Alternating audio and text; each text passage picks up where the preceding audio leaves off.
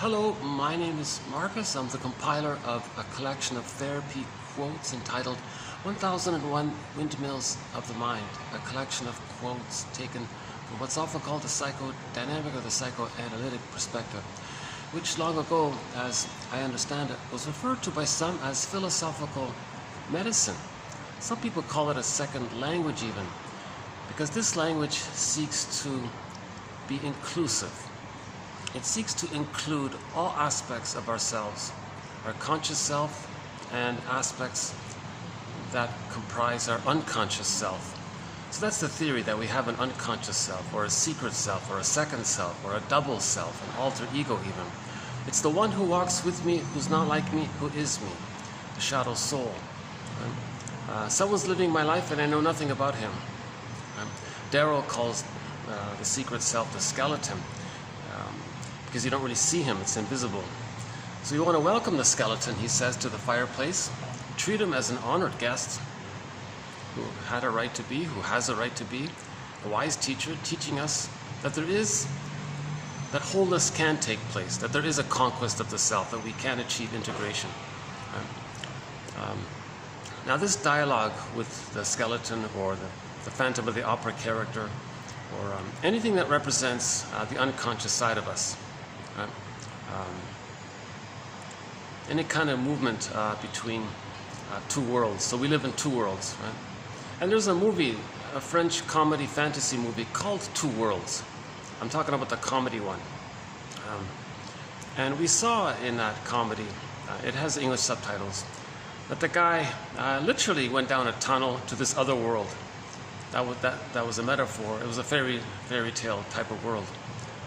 And when he faced things in that world and understood it and witnessed it and made it realized that it's a part of him, when he came back to the land, to his regular, ordinary world, he was more integrated, he was more confident. And we saw the transition take place during the movie. Just like the Phantom of the Opera character. The opera singer goes into the basement. That's a metaphor for this other world, the unconscious. So the basement is a symbol for the unconscious in that story. And she faces her double self, her second self. So that phantom dude character with the mask, the scary guy, that's not some external character in some story. That's a metaphysical imagining of some character composing her own disowned traits to help her see her own disowned traits. So when she befriends the phantom character, and meaning she's facing the shame, she's facing her pain, she's facing her anger, she's seeing what's happening, she's listening to herself, she's listening to herself really, and when she accepted it, went back on stage, she was a better singer. Right? So this is a very common motif expressed in myths and fairy tales. The idea that we live in two worlds. Okay? So object relations theory is the study of the internalization of interpersonal relationships. Right? So the baby has an interpersonal relationship. That's his present world, his interpersonal relationship. Now, he's going to record that in his non-reporting brain, his unconscious. He's going to make a record of it, even a template or a stencil or a script or a schema, some kind of model based on what happened. More so, in particular, when the mother's frustrating, he's got to really record it, because it's classical conditioning. If he has an emotion and the mother hurts him, we're going to remember that. So he's going to remember it. So this memory, this implicit memory system, this pre-verbal, pictorial, imaginal, other-world memory system, that's the other world. That's the unconscious world. And he's going to create concepts of himself in relation to concepts of his mother. Now, because of trauma, things get fragmented. And 3 videos ago, we did something called relational units. Sometimes there might be one relational unit of a concept of the other that only loves the child when he's ill or something, or down or unhappy. So that's called the RORU, the rewarding object relations unit. She rewards the child for regression. When you're sad because of what happened by the pain of not getting support when you wanted to be autonomous, then she'll reward you. But when the child wants to be autonomous, have initiative, know his interests, the mother either punishes him or withdraws her support. So Masterson calls that the woe-ru, the withdrawing. She's going to withdraw her maternal supplies. So she's going to withdraw her love if the child is going to be himself. That's called the woe-ru, the withdrawing object relations unit. And the linking affect between the rejecting mother and the shamed child is abandonment depression. That phrase is used to describe a wide variety of feelings: pain, anger, helplessness, powerlessness, rage, persecutory anxiety, massive anxiety, fear, sad, hopeless, and so on. Masterson describes it in his books. So that's the linking emotion. So this relational unit called woe-ru is established when the mother is misattuned to the child. The baby has a need. The mother doesn't get it. Okay. The baby sees the mother as rejecting him. Now he feels shamed by that. That's the woe-ru relational unit taking place. Now when the child does feel kind of badly, maybe then the mother comes in and gives the baby whatever he wants. So the mother rewards regression, Masterson says, but punishes autonomy. So some mothers can do that when there's what's called an insecure attachment style, meaning the mother's misattuned, malattuned, a bottle in the schedule, makes the baby cry at night, doesn't understand the baby's signals, feels anxious and then gets angry herself because she doesn't know what the baby wants. During this time, the baby's shamed again and again. This is called a strain trauma, an emotional trauma, or kind of like a chronic stress trauma.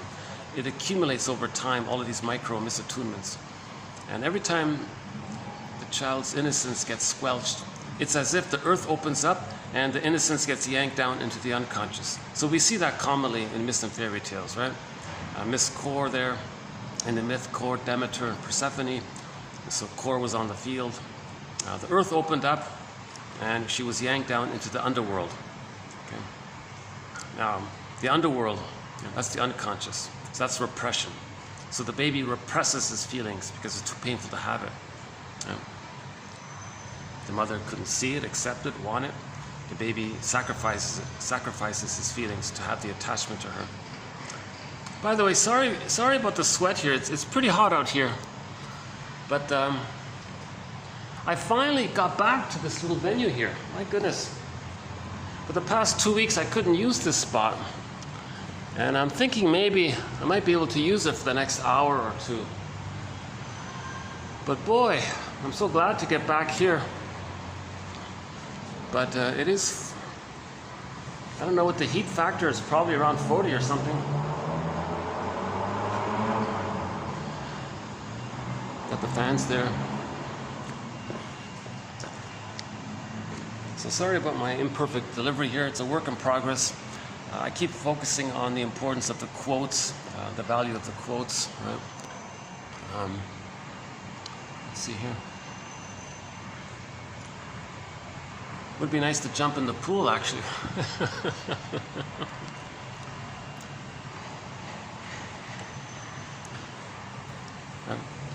So in myths and fairy tales, this underworld, right? This underworld image is the hell scene or the inferno. That's a metaphor for the emotion of shame, this burning, biting feeling. So they draw that as the hell, the fire, and all that. Right? Again, myths and fairy tales are metaphors for psychology. They're metaphors for the internal dynamics, for this other world. Myths and fairy tales are true on the inside, not on the outside. They're like dreams. We interpret a myth like we interpret a dream. Right? Every character in a myth belongs to a person, belongs to one mind. So the entire Odyssey is all one mind, put it that way. Yesterday we talked about the white bear, King Valamon, that fairy tale. So in that fairy tale, she had herself. She had a dialogue with herself. So that's That's normal. But something happened. Maybe she remembered something from her childhood and she betrayed herself. And then her soul, right? The bear was her soul, flew up the mountain. So sometimes it gets sucked down into the unconscious or it gets pulled up into the upper world. It doesn't matter. It's another world. The idea is that we live in two worlds. So stories and myths and fairy tales, films, etc., plays and novels, they might describe some other world. It doesn't matter if it's down, up, left, right, different time, different place, it doesn't matter. Some concept of some different place, in another land, at another time, in another kingdom, on the 8th planet. Go I know not whither and bring back I know not what. It's just some mysterious other kind of place, right?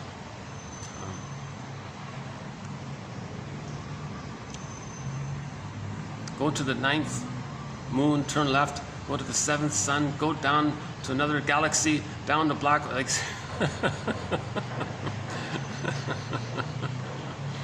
so it's just some, they're just trying to say it's the unconscious. Okay, the non-reporting brain. Our brain sends us information and we get it. That's our consciousness or even our mind sometimes. Now our brain would like to send us more information, but when it can't, that's called a non-reporting brain. So that's in the unconscious. So Robert Bly's for the unconscious, it's this bag that we drag behind us. So much of who we are, who are meant to be, our feelings, our needs, it gets repressed. So it gets put into this bag, or in the underworld, or in the basement, or up the mountain, some other world, right? It gets repressed.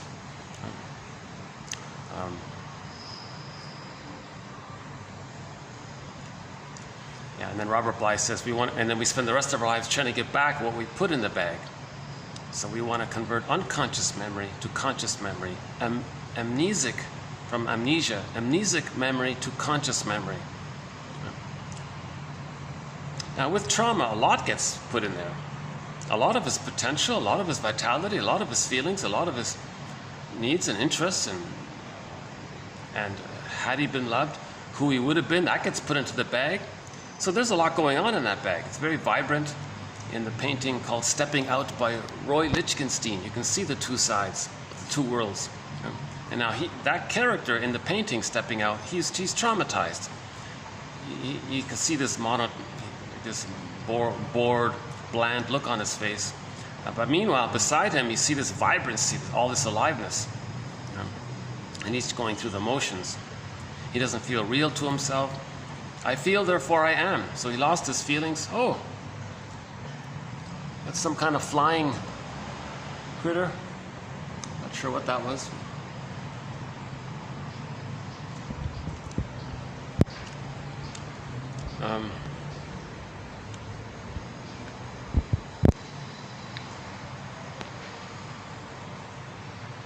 And it gets dark here pretty quickly, so I better speed this up before it gets too dark. It's already 4:15 here.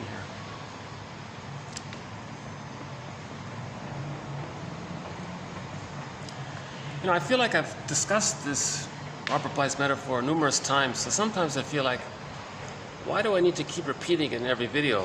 Why don't I just let it stand, what I said already? So let's do that here. So it's been presented many times, Robert Bly's metaphor of the bag as a symbol for the unconscious. The bag meaning repression, the non-reporting brain. Okay. It's our memories that we don't remember.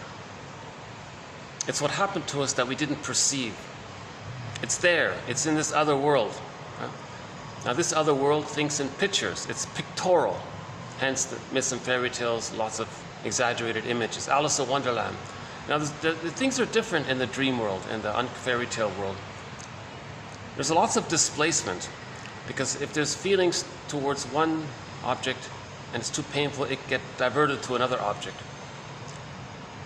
Lots of projective identification, the splitting mechanism, goddess and demon. The main motif, one of the main motifs in myths and fairy tales is goddess and demon. That's a metaphor for the psychology of the baby not accepting that his mother was shaming him, not believing it, although he is attached to her, but he denies it, and then hallucinates or makes up a goddess mother and thinks that's his mother. So now there's two mothers. So in the memory system, it's God as a demon. And that's how the baby manages his anxiety of needing to feed and stay alive when the mother's so painful. Again, the baby's in a huge double bind. He can only turn to his mother, but she's the source of pain, shame, and him feeling rage, and he can't feed safely if he's so scared of her. So how does he do it? He just denies the reality and hallucinates a goddess. So that's called a splitting mechanism. That's a very desperate maneuver for the child to adopt. The theory is all babies very briefly, temporarily use this, but with normal development, this all gets resolved. But if there isn't normal development, i.e. an insecure attachment style or attachment failure, if there's attachment failure, meaning not a safe attachment, the child's going to keep on using splitting. Now, projective identification means that when the baby feels something, the mother gets it, she responds, a cycle takes place. With an insecure attachment style, that can fail. Later on, he's going to coax others to feel what he doesn't know that he's feeling, with the hopes that the other person can reply to the point where, just like when he was a baby, when the mother was supposed to reply, he would have gotten the neural networking around him now having the ability to soothe himself because the mother soothed him. But in the present, it can't happen afterwards, at post age 5. So that's called projective identification. He wants to coax, taunt, induce, coerce somehow another person to feel what he can't feel. But the cycle can't complete. That's a trauma. So that's another archaic thing that takes place. So the splitting is there. Now the projection, so much is in there, he's going to see it outward, to not know that it's within. It's called projection. So this is all part of the primary process thinking. A lot of these infantile, immature defense mechanisms belong to this primary process thinking. Now because of the fusion, the baby is one with the mother. Hocus pocus, double focus. If the mother shamed him, he can identify with her, see his innocence onto others, shame them to communicate that his mother shamed him. So in part, when there's trauma, we reenact it. One way to reenact it is to replay it with others in the present. So he'll choose someone in the present to represent his innocence. He'll identify with the aggressor, shame them to communicate that his mother shamed him. So he's reenacting what happened. But this time he's sort of active, so he's not a passive victim. He's doing, but it doesn't heal anything. So again, this is the primary process thinking. Now, because of double fusion, double think, and because hocus pocus, double focus, as he's shaming the innocent other, he automatically believes that he was just shamed by them because he projected the rejecting mother onto them, onto the person he just shamed. You see? So he's the aggressor. He shames others, but instantly he feels that he was just shamed by the person he just shamed. So it's very, things are very condensed. It's illogical. Things flip around. It doesn't follow conscious. It's called primary thinking. Now, in the interpersonal world, we have secondary process thinking, reasonable thinking, adult thinking, right? But the wounded child thinking, that's primary process thinking. They're doing mental gymnastics, tricks of the mind, operations of the mind, maneuvers of the mind, mechanisms of the mind. They're dancing around in their mind all the time just to get away from the pain. So they'll deny it, see it outward, coax others to either be the shamer and then feel connected to the mother because the mother shamed them. So why are they recreating the refusing mother with others in the present? Because the baby needs mother's love to differentiate, know himself. So he's going to be loyal to her. So how does he be loyal to her? He replays the trauma. He was traumatized by her, so he recreates it with others in the present to be loyal to her. He's loyal to her because he's in a huge catch-22. He's loyal because he's waiting for her love, and he needs it to leave. He's not getting it, so he's waiting, hence being loyal. So he's going to recreate the dynamic with her. So we see this with people who choose the inappropriate partners. If the mother was... By the way, this morning I saw the headline, Merriam-Webster, the dictionary. They said the word of the year is gaslighting. So the mother gaslights the baby. So this is the year 2022. The word of the year, gaslighting. Interesting, right? So we talked about this a few times here. The baby gaslights, the mother gaslights the baby, big time. Right?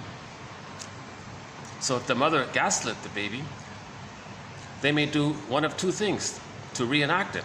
When there's trauma, we reenact it. We replay it with the fantasy that we can change the past and get a better past. It can't be done, but that's the theory of repetition-compulsion. We reenact, we transfer, we repeat, we replay, we redo it again and again. The thing that happened with the mother, with others in the present, thinking that because there's no time in the primary process thinking, if the person in the present could be a perfect breast mother, then they could have the proper past that they needed. But number one, the present isn't the past. Number two, no person in the present can be the breast mother. Number three, it's past that critical time. The neural networking is already laid down. So when he reenacts the trauma, he's going to do a direct replay. He'll coax or choose someone who will shame him because he was shamed by the mother. Now, if the other person doesn't shame him, he may then identify with the aggressor, then shame them, and then induce them to shame him. So he can do both. He can shame the other to communicate that his mother shamed him. He can shame the other to get that person to shame him. So he's reenacting it again and again, you see. Now, all of this reenactment, all of this repetition compulsion is meant for the person to see that there's trauma. When people are replaying and repeating the past, reenacting the past in the present, misperceiving the present, ignoring the reality of the present, distorting the present, misusing the present, giving people roles in the present, to use the present as a new edition of the past, to see the past again in the present, because they're still living in the past. They're still living in the past. It's painful in there, right? So they're replaying it, wanting to rework it, redo it, relive it, get a better outcome, get the happy outcome they needed, get the love they needed. It's not going to work. But they're going to do it again and again because they're stuck, like the woolly mammoth in the block of ice. They're stuck. They're trying to get unstuck. So with trauma, one metaphor for trauma is that the baby's feelings get frozen. So the woolly mammoth is frozen. Yeah? So it's painful to have our feelings numb like that. It means we're kind of numb. So midlife, we might say, I kind of feel numb or something. Where are my feelings? I don't feel real. I don't feel my vibrancy. I don't feel alive. I don't mourn. I don't laugh. I don't, etc. Right? Creativity and spontaneity and play and originality, the expression of their uniqueness, of their mystery. Yesterday's video, the mystery. So they feel like life is on hold. Just like the woolly mammoth's life is on hold, literally in Siberia. There's apparently, according to one report, literally there's a woolly mammoth more or less preserved in a block of ice up in Siberia, and he's been like that for the past 30,000 years. So his life is on hold. Likewise, emotionally, we feel like our lives are on hold. Some people call it the unlived life or the provisional life. This life's not supposed to be a dress rehearsal. What are we waiting for? This kind of, so or emotionally we're kind of stuck like that.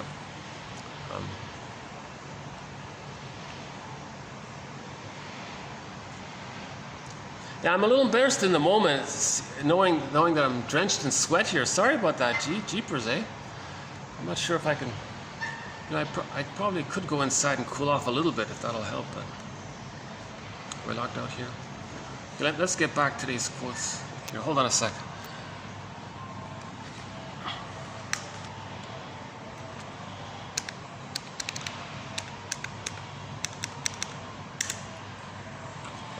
Yeah, so we're going to do two quotes today. We're going to do 2198 and 2199. Mostly 2198 on transference.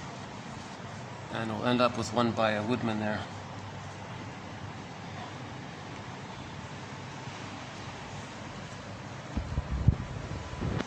Hold on a sec.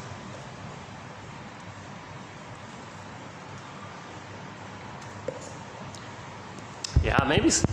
Let's see if I can cool off a little bit inside. Jeez, yeah, I'm really drenching in sweat here. Hold on a sec. How's in here? Problem is, if I walk around here, I might get one of the staff. You know.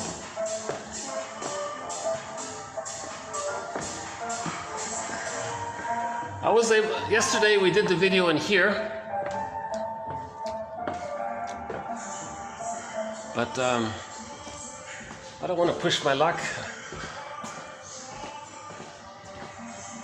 Actually, there's no air conditioning up here, yeah. So this whole area is sort of closed, right? I guess. I think this upper area is under renovation or something. They're okay with me down here, but I got a few looks when I was up there, so I thought I would come back here. Well, let's just live with the sweat. Oh, sorry, okay.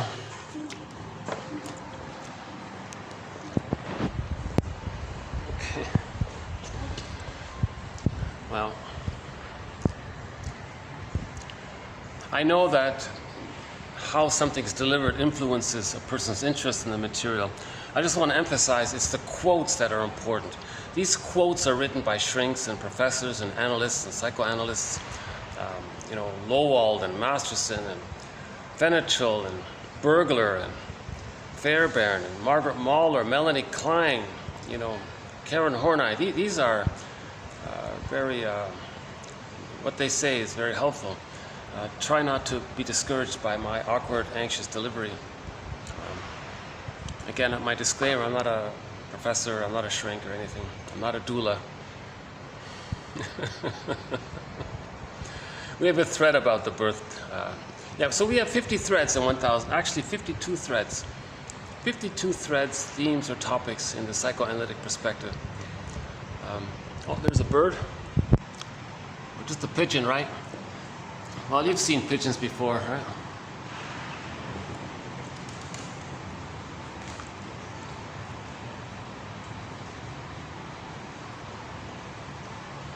I'm just trying to cool off here a little bit here.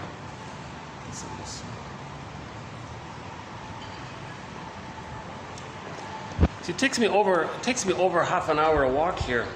By the time I get here, I'm pretty hot already. And, okay, never mind that. The important point is we now have 2,199 therapy quotes in this collection. I feel very encouraged by that. 1001 Windmills of the Mind, to the best of my knowledge, is only the second collection ever compiled of psychoanalytic psychotherapy quotes. The first was done decades ago by Gregory Bauer in his book Wit and Wisdom in Psychodynamic Psychotherapy. This collection vastly updates, way more in depth, way more topics, way more quotes for sure, because overall we have over 5,000 quotes. It's a massive file. Now, 2,200 of the quotes represent the best of the best. The remaining 28 plus 100 quotes are sort of honorable mention quotes. But all of the quotes are divided into the 52 chapters. So we have a chapter on myths and fairy tales, the psychoanalysis, how to interpret myths and fairy tales. We interpret them like dreams. So there's condensation, there's displacement, these kinds of things. We have a thread on a new one on art. We have every major defense mechanism: projection, projective identification, negative magic gesture, identification with the aggressor, the issue of symbiosis, reaction formation, emotional eating, the body bears the burden one, one on shame, one on anxiety, one each on every of the major personality patterns that spring forth based on where the trauma takes place. We have a thread on the endopsychic structure, relational templates. So briefly, I just mentioned a little bit about the endopsychic structure, or the architecture of the unconscious, right? About the relational units. And when we're feeling something, it's an intrapsychic experience. We're reliving the feeling that we felt as a baby, got triggered up. So most of our feelings are it's due to something internal.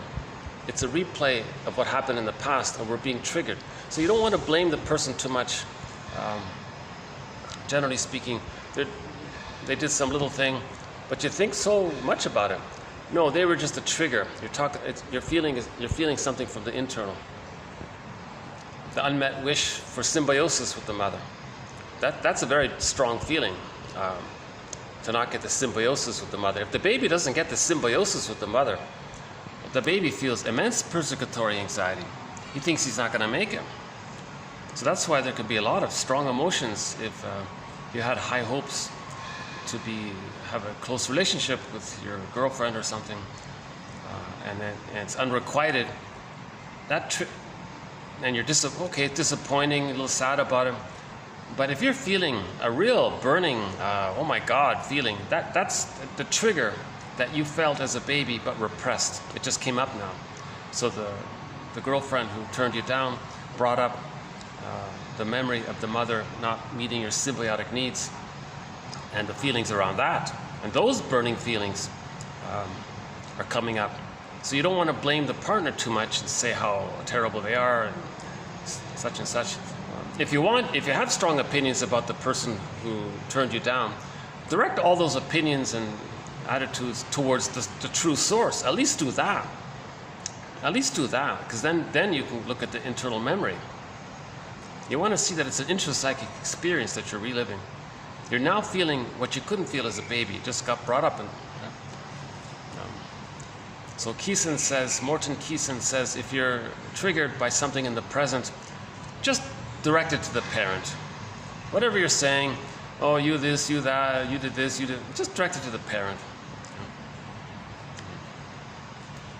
In the song Heartbreaker, oh, you're a heartbreaker, mistreating heart. No, direct it to the mother. No, the mother was a mistreating heart. She gaslit the baby. That's a mistreating heart. She didn't do it on purpose. Yesterday we talked about why some mothers don't know how to be attuned to their baby's needs.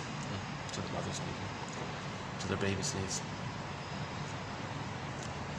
So this quote here, 2198, stems from the basic premise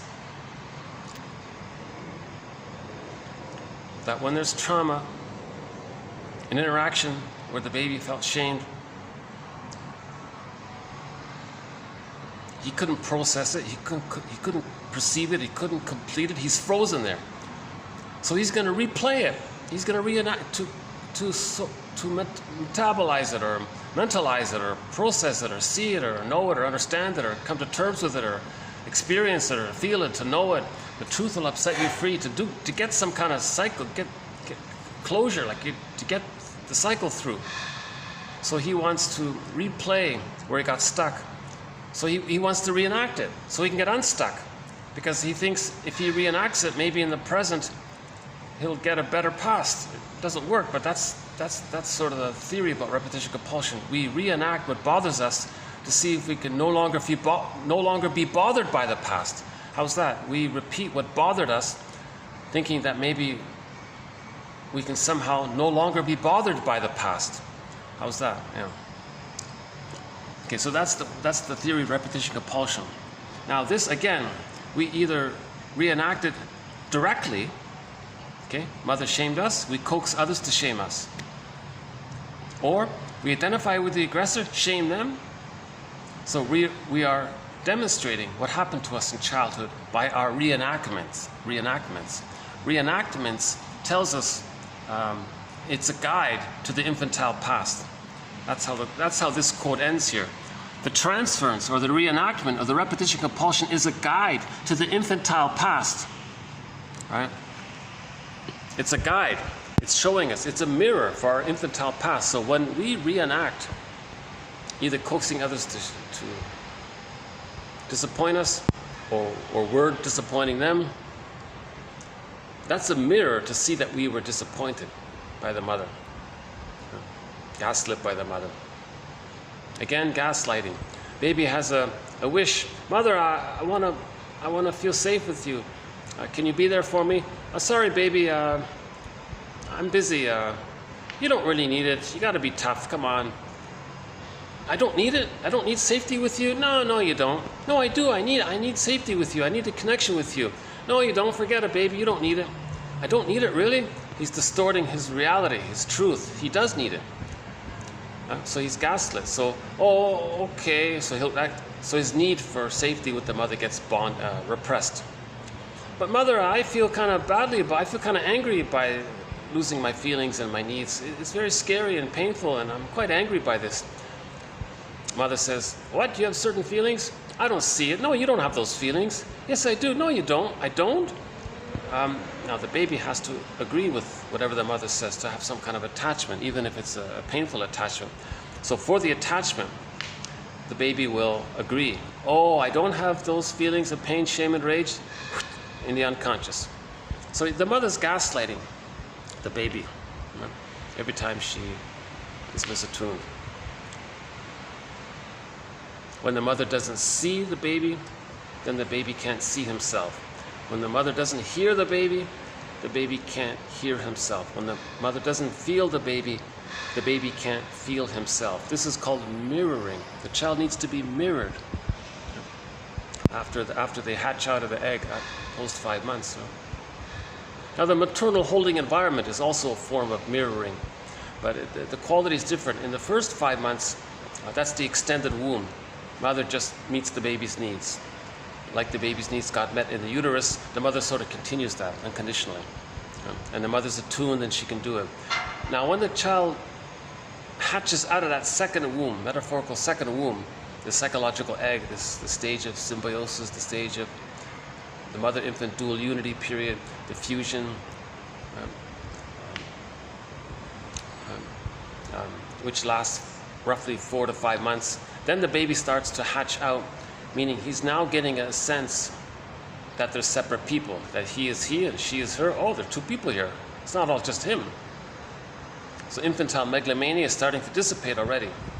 Now that's a gradual process, beginning at 5 months up until 18 months. Now from 5 months to 18 months, he needs to be seen and accepted that he's unique. His mystery, yesterday's quote about the mystery, he's got to have his mystery respected, his uniqueness respected. So he needs to be seen as unique, heard as unique, and felt as unique. That's his identity. And once he gets that, he now feels safe enough to further feel more connected to himself. And now he's able to see reality. The mother's a separate person, he's a separate person. He's a person in his own right, the mother's a person in their own right. That's okay. And then 18 months, that's a key point. So the primary narcissism, the grandiosity, the infantile megalomania, thinking everything's about him, that all dissipates, more or less.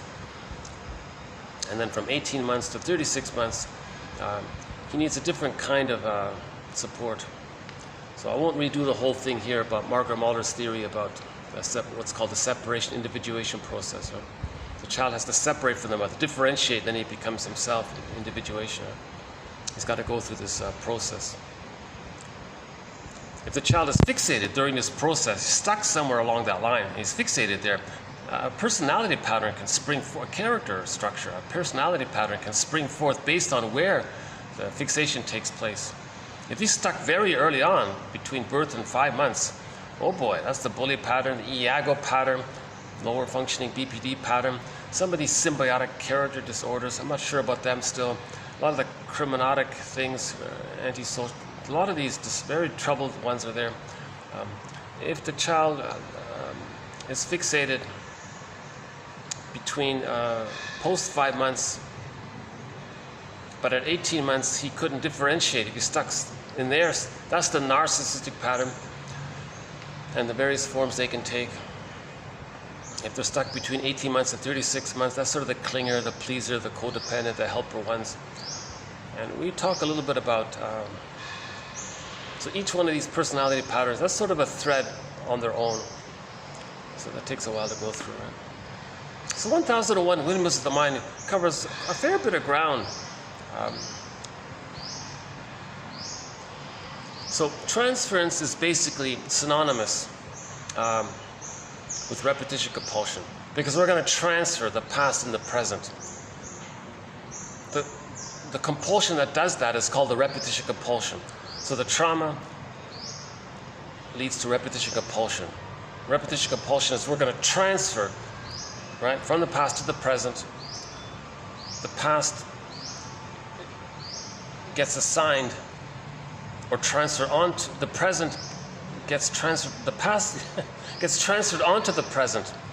Right? It's called transference. So let's look more specifically about now the difference between transference and projection. My theory is it's sort of like the difference between driving, just like driving in general, driving, all about driving, a book about driving is transference, versus, well, let's say, John drove his moped to the store, bought some milk, and drove home. So that's like a specific event. So projection is like a specific event, but the driving is a general thing, and projection is more of a specific individual case of projection, let's say. So we're talking about transference in general. So it's sort of a broader concept. Actually, back to Gregory Bauer, he was very interested in the topic of transference because he, as a bit of a leader himself, he has a whole book just on transference. He didn't write it, but he collected papers from other people and bundled them up together and has a collection of papers on transference. It's a huge topic. And I just came across an article about transference. I thought it was pretty good. And I thought it's worth so this 2198 is sort of some of the key points or sentences from Harold Bloom. I don't know this guy at all. Some guy named Bloom. He wrote a whole article on transfer, the history of it. He surveyed it. I thought, okay, well, this is pretty good. So I think it's worth going through here. Transference is a universal, usually unconscious, automatic, archaic phenomena which arises spontaneously. So most of it's unconscious. You see someone and you don't realize it, but they possess some trait that one of your parents had. Boom, you're going to transfer your emotionality onto that person. You're going to transfer the relationship you had with your parent onto that person. It can happen spontaneously even, right?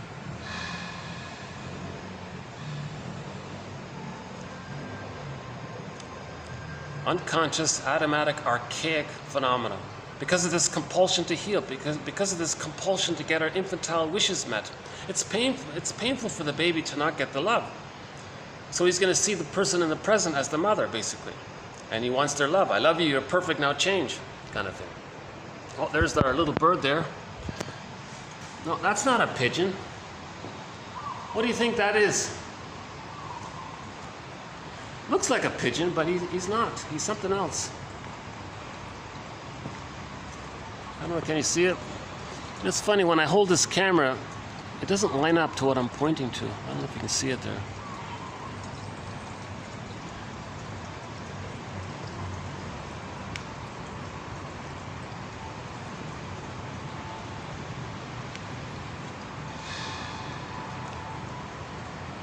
Well, there's the baby one. He's just sort of sitting there. Can you see him? Well, he's going to fly off in a moment. There's the baby one. Oh, there he goes. Okay.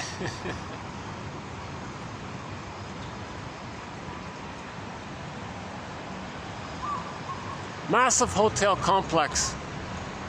Very popular. Conferences are constantly take place here, meetings and dinners. Very busy place. Friendly staff, very friendly staff.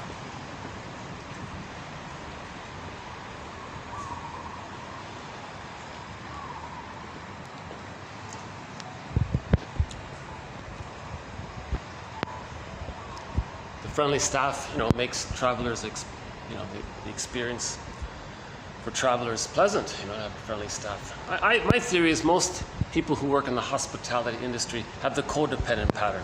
They think they're not okay, and the guests are gods, are so important. I'm okay, I'm not okay, you're okay. So they want to please and caretake and all that. See? They're actually a little further along on the developmental continuum. Therapists say they're easier to help. People with trauma prior to 18 months, where they identify with the aggressor, shame others to communicate that the mother shamed them, they're not helpful towards others, right? They're just shaming others. So they would not be good in the hospitality industry. No? in terms of emotional interaction. Okay, so back to transference. Some guy named, is it Daniel Stern? Somebody, Stern, 1937, saw the biological matrix of transference. Okay, Stern saw the biological matrix of transference in the conditioned response in which reaction to previous experience is transferred to a perception symbolizing it. So somebody in the present, you perceive it as them being a kind of representative or a symbolic representation of the past. Then you're going to transfer and you're going to have this reflex. Oh, right?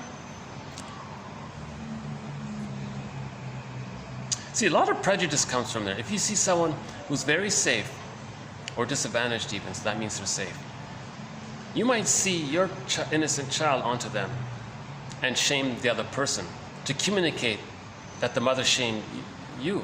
Right? So mother shamed the person when they were a child. They overbond with the mother. They become like her. They become a caricature of her.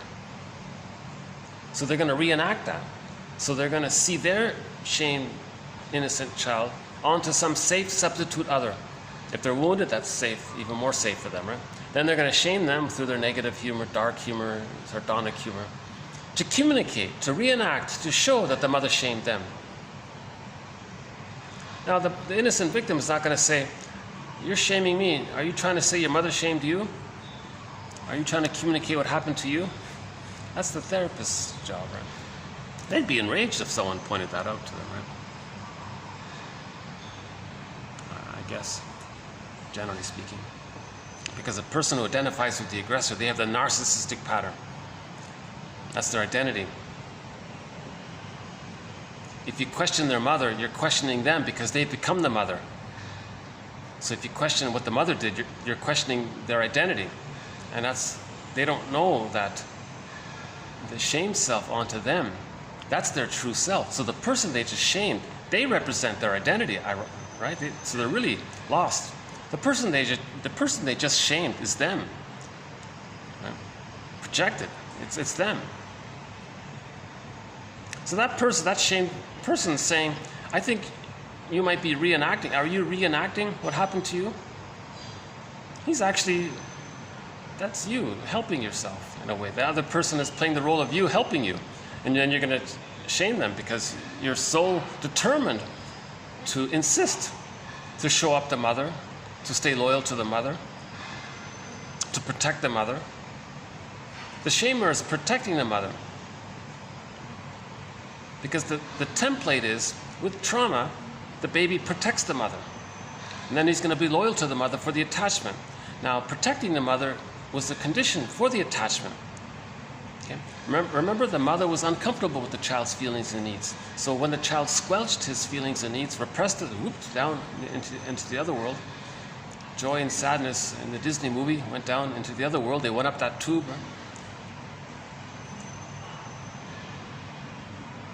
That's protecting the mother because the mother was uncomfortable. The child regarded self-sacrifice as a condition to move towards the attachment with the mother. The child will do anything to have the attachment. The child must have the attachment. Whatever conditions the child believes is being imposed on, whatever is being asked of him, he believes he's going to do it for the attachment. The child must have the attachment. Even if yesterday's video, the image the mother, the baby created was the boar, the boar queen, the boar woman, the woman with the boar husks and all this. The minotaur or some kind of angry bull or something. So the child would rather try to placate the angry bull because the child would rather have some kind of relation dynamic with the angry boar woman than to have no mother at all and not make it. So he's in a very difficult situation.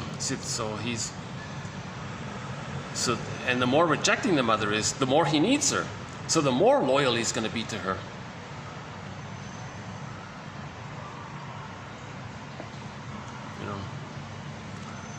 So because of that deep trauma, if anybody in the present can represent their wounded self or the shaming mother, oh good, now I can reenact it, now I can replay it. Because if they replay it, maybe there's a chance to get a better past. If they replay it, maybe they can tell the world how bad the mother was, and then maybe the mother will be embarrassed and change her ways and then travel back in a time machine, and the mother changes her ways and provides the love he needs. So he's got this kind of hope to repair the past. Now it can't be, we can't repair the past, right? We have to mourn the loss of not getting the love. The healing is the mourning. I feel, therefore I heal, right? Feeling is healing, so we have to feel. The truth will upset you free. In order to feel, to heal, we need the truth. The truth will upset you free. The upset part is the mourning. We're angry about what happened, right? We're going through the mourning process. Yesterday we had a quote about the grief work, mourning process. New situations then derive meaning and reactivate previous experiences. You see? So, new situations reactivate previous experiences. Maybe we can redo Edmund Berger's metaphor of repetition-compulsion. He says every neurotic is a music enthusiast, but he only has one record. And he carries this one record with him everywhere he goes. Every time he sees a record player, he spins up that old record. Meaning, in every new situation, he replays the traumatic script from the past. So he's not enjoying the present. He's converting the present into the past. He's replaying the past in the present. So now the new situation, that's the present, is now going to get meaning based on the reference point of the past. And it's going to reactivate, reenact, relive, redo the past in the present. Stern compared transference to the unextinguished conditioned response. Interesting way of putting it. Stern compared transference to the unextinguished condition of the response. Unextinguished. It's like a burning. There's the hell, right? The burning, the inferno. It's unextinguished. The shame is still there. The pain. The child is frozen in shame and rage. That's the hell, right? It's unextinguished. So we've got to extinguish the hell, meaning face the shame, then it's extinguished, right? Witness it. In the Odyssey, he witnessed it. The singer in the Phantom of the Opera, she witnessed it. Demeter went down to get Cord, who becomes Persephone, she witnessed it. Right? In the princess in the Valamon story, the polar bear king story, she went up to fetch Valamon and bring him back. That's herself. She did it. You know. The dialogue with the skeleton character, they did it. Right? Now, Narcissus didn't do it. He didn't do it. Peer Gynt didn't do it, although at the very end of the story he had a glimpse of maybe he might want to try to do it. You know. The Don Juans and the Playboys and the Peter Pans, they don't do it. Right? Anyone with the mother complex doesn't do it. Right? Anyone with prejudice doesn't do it. Right? Another way of saying it is, there is a fixation to past response instead of objective evaluation of the present. A fixation to past response. That's the trauma. He's frozen there. He's fixed. He's fixated. He's stuck there. He's right. The woolly mammoth is stuck in the block of ice. The woman has the thorn in her back. She's always angry in the story Kirikou and the Sorceress. So that's not a bad little intro there. Transference is a universal, usually unconscious, automatic, archaic. That's like raw from the babyhood time, archaic phenomenon which arises automatically. Stern saw the biological matrix of transference in the conditioned response in which reaction to previous experience is transferred to a perception symbolizing it. A perception symbolizing it. A perception symbolizing the past. Something in the present is seen as symbolizing the past. When something in the present symbolizes the past or stands for the past, you're going to reenact the whole dynamic with the frustrating mother in the present. You see? New situations derive meaning from and reactivate previous experiences. Stern compared transferences to the unextinguished conditioned response. There is a fixation to past response instead of objective evaluation of the present. So that's called a failure in reality testing. The ego is meant to understand the present as the present, the reality of the present. They can't do it because they're just flooded with projections. They're flooded with the automatic transference of the past and the present, distorting the present. So that's damaged, right? Reality testing is damaged. Reality perception is damaged. Following Nunberg, 1951, I shall define transference as the displacement of aspects of an unconscious mental representation of an object onto a mental representation of a current external object. Okay? He's going to displace, displacement, wrongly place. His emotions are attached to the rejecting mother. He's going to displace it. Right? Displacement, remember? The guy at work had a problem with his boss. He was angry at his boss. When he went home, instead, he kicked the cat. He displaced his anger onto the cat. That's displacement. It's wrongly placed, right? So transference is his version of it is you're going to displace aspects of an unconscious image of the mother. So if the mother is the boar queen, let's just use that one from yesterday, the boar queen. So the mother is seen as the boar queen, or the minotaur, the boar, or any frightening, scary monster, the minotaur, the cyclops, the monster that wants to eat the child, the witch that wants to eat the child, any dangerous character. Now, all of these frightening aspects of the dangerous mother, they are pictures of the child's rage. It's not the mother. These frightening aspects of the image, imago, that the baby creates of his mother is not representative of the true mother. He distorts reality. He doesn't have reality perception. He infuses his rage onto the image, onto the screen, and creates an image of something that's enraging at him. The baby wants to take in. He thinks the monster wants to take him in. So the image of the mother in the mind is a devouring monster that wants to eat the child. No. The reality is no. The mother was just confused, misattuned, she did maybe a good enough job, but from the baby's point of view, it wasn't good enough. So he creates an image of her based on his projections. So he projects, number one, his wish to take in. The mother wants to take him in.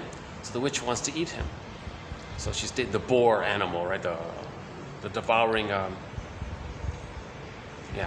What's the dangerous animal? The wildebeest, or some kind of dangerous animal in the wild, right? Or now the rage part is the baby's enraged, but he can't feel it, so he says the monster's enraged. You see? So transference is we take some of that imagery of that mother we made, okay, the devouring monster that wants to eat us, or the boar queen that wants to devour poor Valamon, right? In yesterday's story. Take some of that imagery, the boogeyman imagery, even it can take endless forms. The guy with the horns, the same idea with the bull and all that. My theory about the guy with the horns is, so the baby's at the breast, right? That's just like a screen, let's say. The baby's enraged. Now this roundish image is enraged. So there's the redness of that guy there, right? Now what about the horns? Where does that come from? I'm thinking maybe the baby looks up at his mother while he's nursing, and the mother is rejecting, is angry.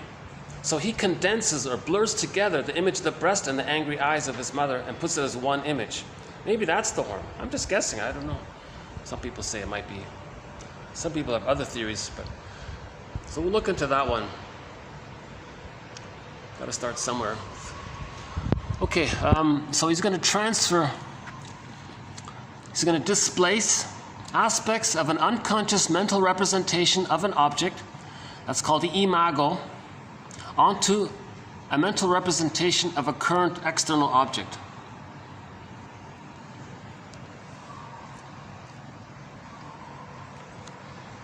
So once he transfers that frightening image onto someone in the present, they're going to say that that person is so dangerous, and so prejudice can come from that, obviously, right?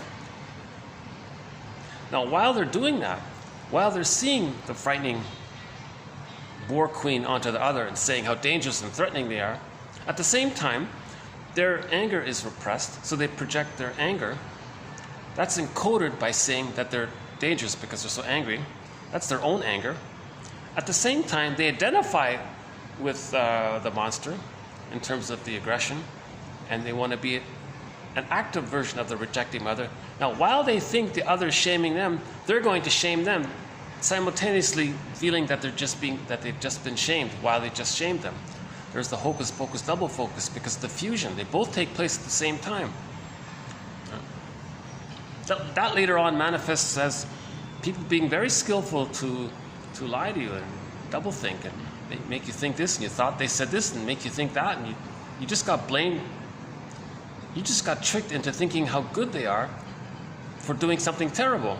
Like they can flip things around, and So that's called advertising industry, and so on. Okay, transference. Transference depends on memory and mental representation. Well, that's pretty obvious, but it's worth stating. Transference depends on the memory, the unconscious memory, the amnesic memory. It depends on that. That memory is painful.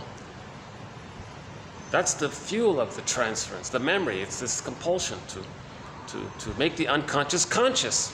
There's this drive for healing. The drive for healing is to make the unconscious conscious. So the memory is the driver of the transference, because transference is like creating a mirror to see the childhood.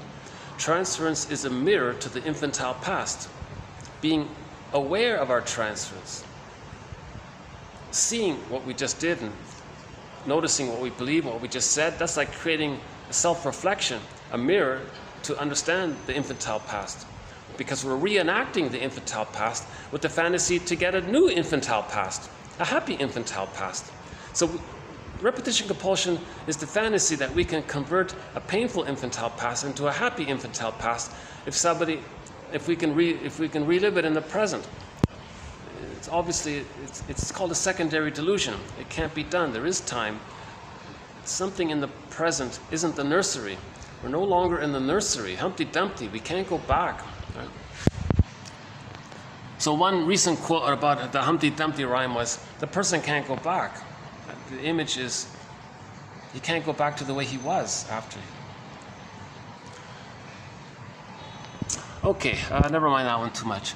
Okay, memories and fantasies of significant past objects are transferred to current object representations or their symbols, investing them with qualities of the archaic object representation and attempting to repeat or restore the past relationship to the present. So here's a thought. They want to exhume the frustrating mother in the present. So they want to restore the mother. They want to get back the breast mother. So there's a thought, right? There's an uncomfortable thought. So in transference, you're wanting to restore, get back the breast mother. But nobody in the present can be the breast mother. You can't nurse with, it's ridiculous. But in the fantasy life, the compulsion is to get back the good breastfeeding. Huh? So they want to restore the lost archaic object and see a good version of what happened. They want to get back the goodness that was supposed to be there. So transference is trying to get the goodness that was meant to be there. You see? It's an interesting little way of putting it. The present is misunderstood in terms of the past. Okay, so we misunderstand the present, using what happened in the past to do so.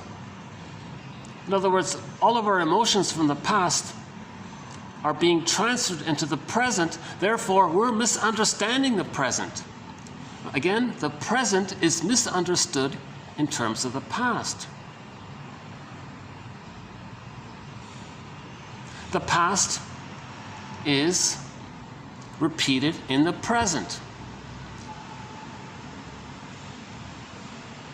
Right?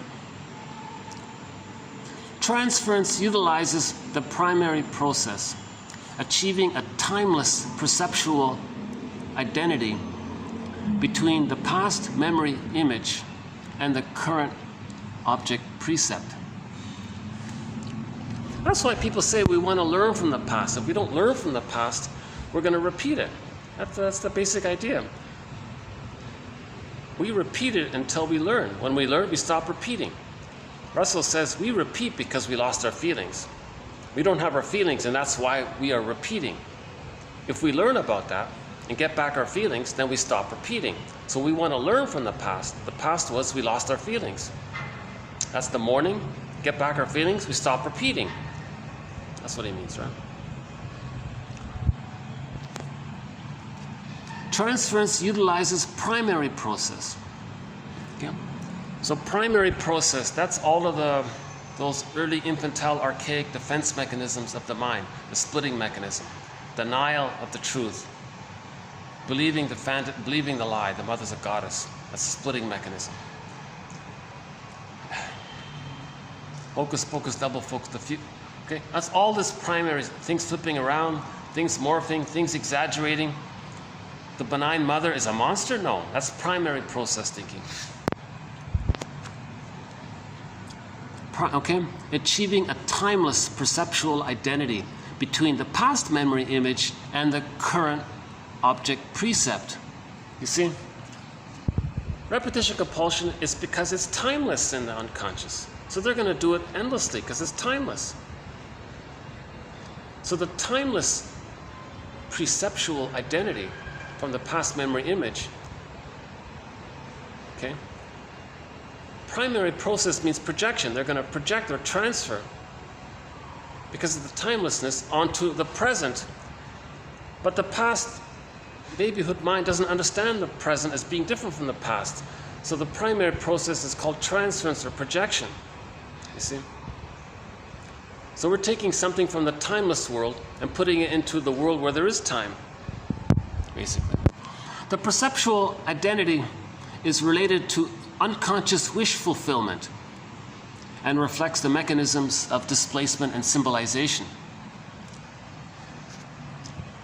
So we're doing this because we have an unconscious wish to get the love we needed. So we're exhuming the breast in the present through our fantasy to get the wish, to get that old wish, those old needs met, wish fulfillment, need fulfillment met. Displacement is a part of it. The person in the present is considered to be symbolic of the past. So when something symbolizes another thing, we can displace our emotions onto it. Right? Precepts registered outside of awareness are readily invested with transference from the infantile life force of memory. Okay? Life force is object seeking. The baby's first object was the boar queen. It's painful. It's going to be displaced on a symbolic version of her, and now we're going to try to change, get a good breast. So the life force is object seeking. That's what he means. Okay, analytic transference evolves as a complex, unconscious repetition. Oh, I got a person coming here. Oh, hold on a sec. Okay, let's let this person pass by here. So we'll take a little mini. I don't want to get them in the camera. I try my best not to get anybody in the camera. They're just sort of right in front of me there. Let's see if I can do it this way. Let's just wait a minute. Okay, they're turning around. That's good. Hold on a sec. Okay. Let's do it this way. I don't ever want to get anybody in the camera. On occasion, it happens by accident if somebody walks behind me or something.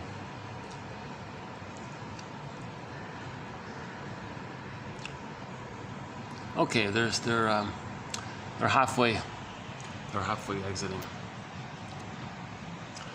Okay, so let's continue with our quote here by Harold Bloom. Very good quote. I think this is, sorry for, Robert Bly says, forgive psychology for its jargon, just forgive it. Okay, analytic transference evolves as a complex, unconscious repetition which involves regressive patterns of structure and function. We're looking back at the old structure and function, psychic setup, templates, the structure and the function, utilizing primary process, the way the baby thinks, okay, and primary process and projection, including projection. So in yesterday's quote, Melanie Klein said, when you think about transference, you got to think about the whole situation, the structure, the functions, the setups, the situation around it, the childhood scenery even, maybe the sociological environment. Uh-oh. Storage almost full. Uh-oh. You know what? Hold on a sec. Let's see.